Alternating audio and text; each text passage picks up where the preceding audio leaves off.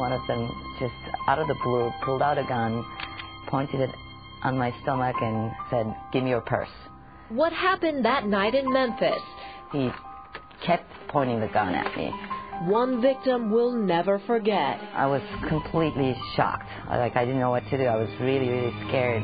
But when police asked for details about her attackers, all I could remember was that they were two African-American teenagers. I couldn't describe them in detail.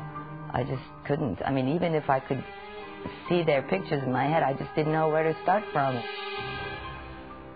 Eyes, eyebrows, nose, lips. Now police have a better tool to help bring victims' memories to life. These are eyebrows here. A computer program called Faces creates faster and more realistic-looking composites. It allows us almost limitless possibilities for creating people.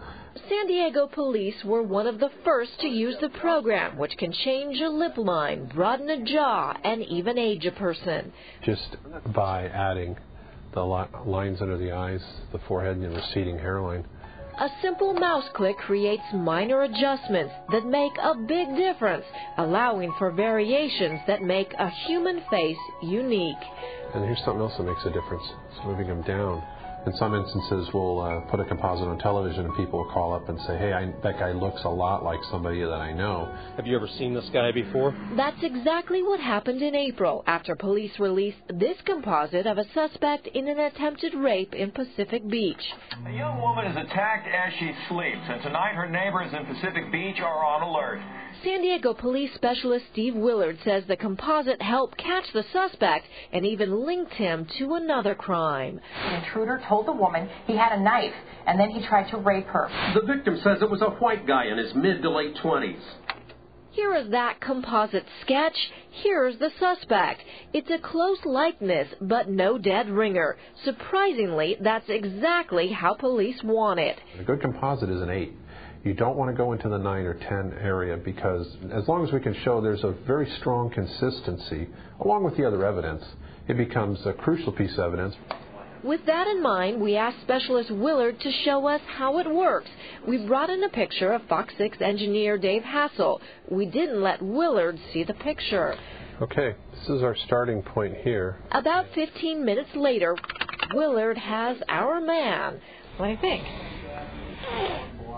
Yeah, you would definitely be able to, if this was our bad guy here, and this was the composite you ran him on the news, I think anybody that knows him would call up and say, "Hey, I think this might be him." Composites have come a long way since the early days, but they're still only as good as the witnesses who provide the information, and they're only human. It's not a question of the composite accuracy. It's a question of the inaccuracies, of the fallibilities of eyewitness identification.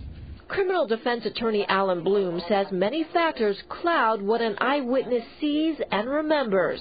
Your ability to perceive things, features and subtle things like the human face, are terribly distorted under times of terrible stress. I may look at just the gun in my face and see nothing else. If you start combining these things, huge stress, focus on one thing like a weapon, cross-racial, limited time, meaning it was a fleeting view, lighting conditions are bad. You start multiplying these and putting them together, then you end up with circumstances which are just ripe for misidentification. As you can see, it's been a bit of a hobby of mine. Bloom's been collecting stories on misidentification for years. He believes up to 25% of convictions are based on faulty eyewitness identification. Eyewitness identification is the single most powerful means of convicting somebody, and also is the most powerful means of convicting the wrong person. Police say the Faces program is helping them make better composites so they can find the right person, by helping bring the experiences seared in a victim's memory to life. I could still see their picture in front of my eyes, but I didn't know how to describe them. All you remember is almost like shadows. Nancy Aziz, Fox 6 News.